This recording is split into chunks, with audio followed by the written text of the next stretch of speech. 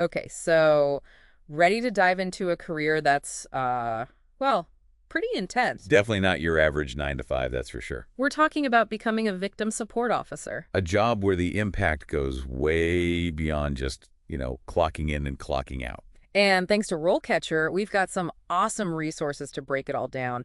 You want the inside scoop on what it really takes to support people through some of the toughest moments in their lives. We're going to get into all that. The emotional demands, the skills you need, even the potential career paths you could take. It's about providing a lifeline. And the insights from these RoleCatcher resources, let me tell you, they're eye-opening. One thing that really struck me was how RoleCatcher emphasizes just how broad this work actually is. Yeah, it really runs the gamut, doesn't it? We're not just talking about one specific type of situation. I mean, you could be supporting a victim of a violent crime. Right, or someone who's experienced years of domestic abuse. Even something like witnessing a robbery. That can leave a lasting impact. Absolutely. Trauma comes in so many forms, and a victim support officer needs to be equipped to handle that. All those different experiences, the complexities. It's not just about offering a listening ear, is it? It's about understanding the profound impact these events can have on someone's life, their relationships, everything. In the work environment itself, I was surprised by how much variety there seems to be. Oh, for sure. One day you might be at a police station, the next you could be at a hospital, a courthouse. RoleCatcher even mentioned how technology is changing things up. Online counseling, that's becoming huge. Which makes sense. Meeting people where they are, literally. Whether it's in person or through a screen. It's about accessibility, making sure support is available no matter what. Okay, so let's paint a picture here. What does a day in the life of a victim support officer actually look like? Well, imagine being that steady presence for someone who's just been through something incredibly traumatic. Right, like in the immediate aftermath. You're there for that initial crisis intervention, helping them process those raw emotions. Because it's got to be overwhelming. Totally. But then it goes beyond that initial crisis phase. Yeah, it's not just about picking up the pieces right then and there. Exactly. You might be helping them navigate the legal system, which can be incredibly daunting. Especially when they're already feeling so vulnerable. Absolutely. Or connecting them with essential resources, like healthcare, housing, anything they need to start rebuilding their lives. It feels like there's a lot of advocacy involved, too. 100%. Yeah. RoleCatcher really stressed that. Victim support officers, they're often a victim's primary advocate, Making sure their voice is heard, their rights are respected. empowering them to regain that sense of control. Because so much of what makes trauma so difficult is that feeling of powerlessness. It sounds like this role requires a very particular skill set. You can't just walk in there without the right tools. You'd need more than just textbook knowledge to handle these situations. Did RoleCatcher touch on what kind of education or background is helpful in this field? Oh yeah, they had a whole section on that. And a relevant degree is definitely a good starting point. Something like psychology, social work. Exactly, those are the big ones. Counseling, that's another common one. But what I found really interesting was their emphasis on the soft skills. Because those are harder to teach, aren't they? They are. You can learn about trauma from a book, but being able to truly listen with empathy, that's something else entirely, And then there's that whole idea of trauma-informed care. which is so crucial in this line of work. I feel like we need a whole other deep dive just on that. But essentially, it's about understanding that someone who's experienced trauma, they might act in ways that seem confusing. Right, their reactions might not always make sense to the outside world. But it's a normal response to something that was deeply traumatic. It is. And approaching them with judgment, that just adds another layer of hurt. So it's about patience, understanding, meeting them where they are emotionally. Exactly. And RoleCatcher, they had some powerful quotes from experienced victim support officers, talking about the importance of recognizing vicarious trauma. Oh, wow. Because you're absorbing other people's pain, essentially. And that takes a toll. You can't just be a sponge soaking it all up without taking care of yourself. Which makes me think about the potential for burnout in this field. I mean, dealing with other people's trauma day in and day out, that's got to be heavy stuff. It's like you're carrying that weight with them. Not taking it away, but helping them manage it. Did RoleCatcher have any advice on how to deal with that kind of emotional overload? They did. A whole section on self-care, which I thought was really smart, Yeah. because you can't pour from an empty cup, right? Exactly. They talked about things like setting boundaries, which is huge in any helping profession, but especially this one. Yeah, knowing when to step back, how to protect your own emotional well-being. Absolutely. And then just, those everyday practices. Mindfulness, exercise, making sure you're getting enough sleep. All that stuff we know we should be doing, but is so easy to let slip when you're feeling overwhelmed. Exactly. They even talked about the importance of supervision or peer support, having someone to talk to who really gets it. Someone who understands the unique challenges of this kind of work. Yeah, because it's not like you can just go home and vent to your family Yeah. about some of the things you hear and see.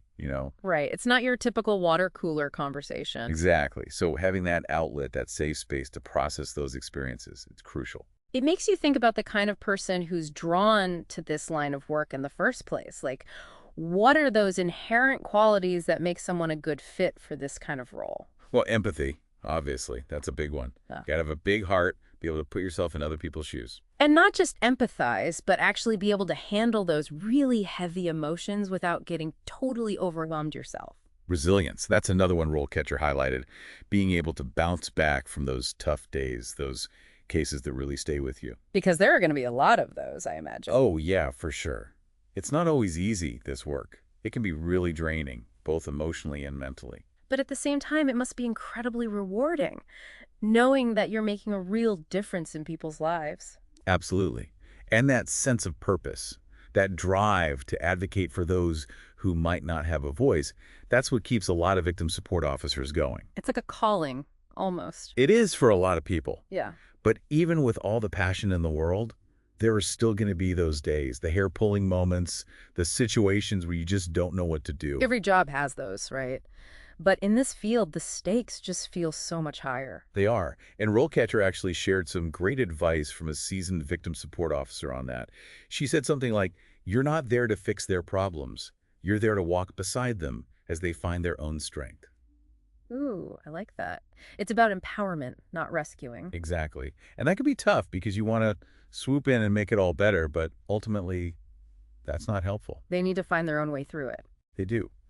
And your role is to support them in that journey, whatever it looks like. Which probably involves navigating some pretty tricky situations. I know RoleCatcher also touched on the ethical dilemmas that can pop up in this line of work. Yeah, they gave this really interesting hypothetical example where a victim's account of what happened, it didn't quite line up with the evidence in the case. Oh, wow. Talk about a tough spot to be in. Right. Because your job is to advocate for the victim, but you also have to respect the legal process. Yeah. And sometimes those two things, they're not always in sync. It's not always black and white. There's a lot of gray area. Exactly. And knowing how to navigate those complexities, that's a big part of what makes a good victim support officer. It requires a lot of critical thinking, a strong moral compass. For sure. It's Yeah. not a job for the faint of heart. Okay, so we've talked about the emotional demands, the ethical considerations. What about the actual career trajectory of a victim support officer? Does RoleCatcher offer any insights on how to move up in this field? They do. And their advice, it was surprisingly practical. They lay out this clear progression, starting with those entry-level roles. So what does entry level even look like in this field? What are some of the tasks someone might be doing? Well, you're going to be providing a lot of that basic emotional support, being a listening ear, offering comfort, helping victims understand what's happening. You might also be accompanying them to court appearances, things like that. Being that steady presence during what can be a really intimidating process. Exactly. And then as you gain experience, you might specialize. Like focusing on a specific type of victim support. Yeah, like working specifically with children who've been through trauma, or maybe families impacted by domestic violence. Right, because those require different approaches, different sensitivities. Absolutely. And RoleCatcher, they actually list out different certifications and advanced degrees, things that can help you move into those more specialized roles. Oh, yeah, they had a whole section on that. Yeah, it was great. Yeah. Like getting a master's in social work, that opens a lot of doors. Or becoming a certified trauma-informed care provider. It's good to know there are actual steps you can take, concrete things you can do to build your expertise. And it's not just about, checking boxes on a resume. It's about continuously learning, growing as a professional. Staying up to date on the latest research. Exactly. Attending conferences, connecting with other professionals. This field, it's constantly evolving. New approaches, new challenges. So someone who's naturally curious, eager to learn, they'd probably thrive in this kind of environment. 100%. Yeah. You got to be adaptable, always willing to expand your knowledge base. Okay, so for someone who's thinking, this sounds amazing, but is there even a need for victim support officers? Like, what's the job market actually look like? That's a great question. And the good news is, RoleCatcher, they paint a pretty optimistic picture. Really? Yeah, all signs point to this being a growing field, and honestly, it makes sense when you think about it. Because as the stigma around things like domestic violence and sexual assault starts to fade, more and more people are coming forward. Exactly. And that means there's a greater need for specialized support, people who are trained to handle these incredibly sensitive situations. Which is where victim support officers come in. They're literally on the front lines of this issue. They are. They're the ones providing that critical support during those really vulnerable moments, helping people navigate the system, reclaim their lives. It's such important work. And speaking of resources, one thing that really impressed me about RoleCatcher was their Get Discovered feature. It's like having a digital matchmaker for your career, right? It's brilliant. I mean, think about it. Instead of you having to send out a million resumes, hoping to get noticed. Praying for a response. Exactly. With this, employers can actually search the platform for potential candidates. Based on their skills, their experience, everything. Right. So it takes some of the pressure off the job seeker. It's like flipping the script. Instead of you chasing after opportunities, the opportunities come to you. Exactly. Which is huge in a field like this, where you're already dealing with so much emotionally. It's like, hey, we see your value, we recognize your passion. And it's not just about finding any job. It's about finding the right fit. 100%. Yeah. A place where you can really thrive, make a difference. Okay, so we've covered so much ground here. We've talked about the day-to-day realities of being a victim support officer, the emotional toll it can take, the incredible rewards. But at the end of the day, it all comes back to that initial spark, that desire to dedicate your career to supporting others. What would you say to someone listening who feels that pull, that calling towards this line of work, but maybe they're a little intimidated by the weight of it all? I get it. It's a big responsibility. But honestly, if you're feeling that pull, lean into it. That compassion you have, that desire to make a difference, that's the very foundation of being a successful victim support officer. It's about trusting that instinct that's telling you, this is where I'm supposed to be. Exactly. And don't get too caught up in the what ifs, like what if it's too hard? Or what if I'm not cut out for this? Because those doubts, they're going to creep in no matter what. Oh, they totally will. But don't let them paralyze you. RoleCatcher, they actually had this whole section on other career paths, ones that share similar skill sets to a victim support officer. Oh, that's interesting. So even if someone's listening and they're like, this sounds incredible, but maybe I need to explore a bit more. Exactly. There are these branching paths you could look into. What were some of the examples they gave? Let's see. One that stood out was working as a mediator. Oh, interesting. Like in community disputes. Yeah, exactly. Or even something like a career counselor. Yeah. Helping people navigate those big job transitions, Right, because there's a lot of overlap there. The empathy, the active listening, the ability to handle those tough conversations. For sure.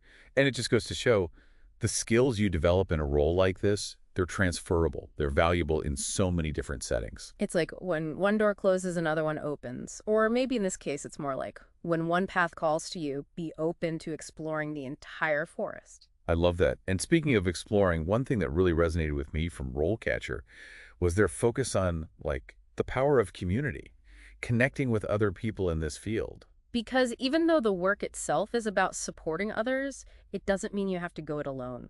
Exactly. They had a whole thing on finding mentors, joining those professional organizations, even just going to workshops, conferences, stuff like that. Because just being around other people who get it, who understand the unique challenges and rewards of this line of work. It's huge. It's like having a built-in support system. People you can share best practices with, vent to when you're having a tough day, Grateful to celebrate those wins with, because there are definitely wins to be celebrated in this field. Absolutely. Yeah. Even small victories, they deserve to be acknowledged. Yeah. Because this work, it's heavy, it's important, and those wins, they matter. They do.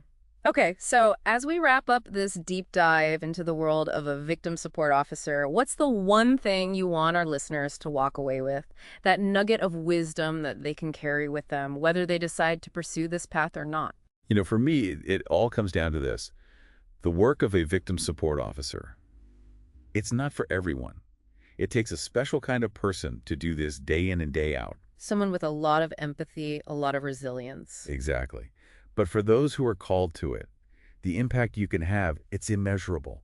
You have the potential to truly change people's lives. To walk alongside them during their darkest moments and help them find their way back to the light. Beautifully said. And if that's a calling you feel in your heart, don't ignore it. Explore it. Learn everything you can and know that you have the potential to make a real difference in this world. So well said. And for anyone listening who's feeling that spark, that desire to serve and support, remember, there are resources out there like RoleCatcher that can help guide you on that journey.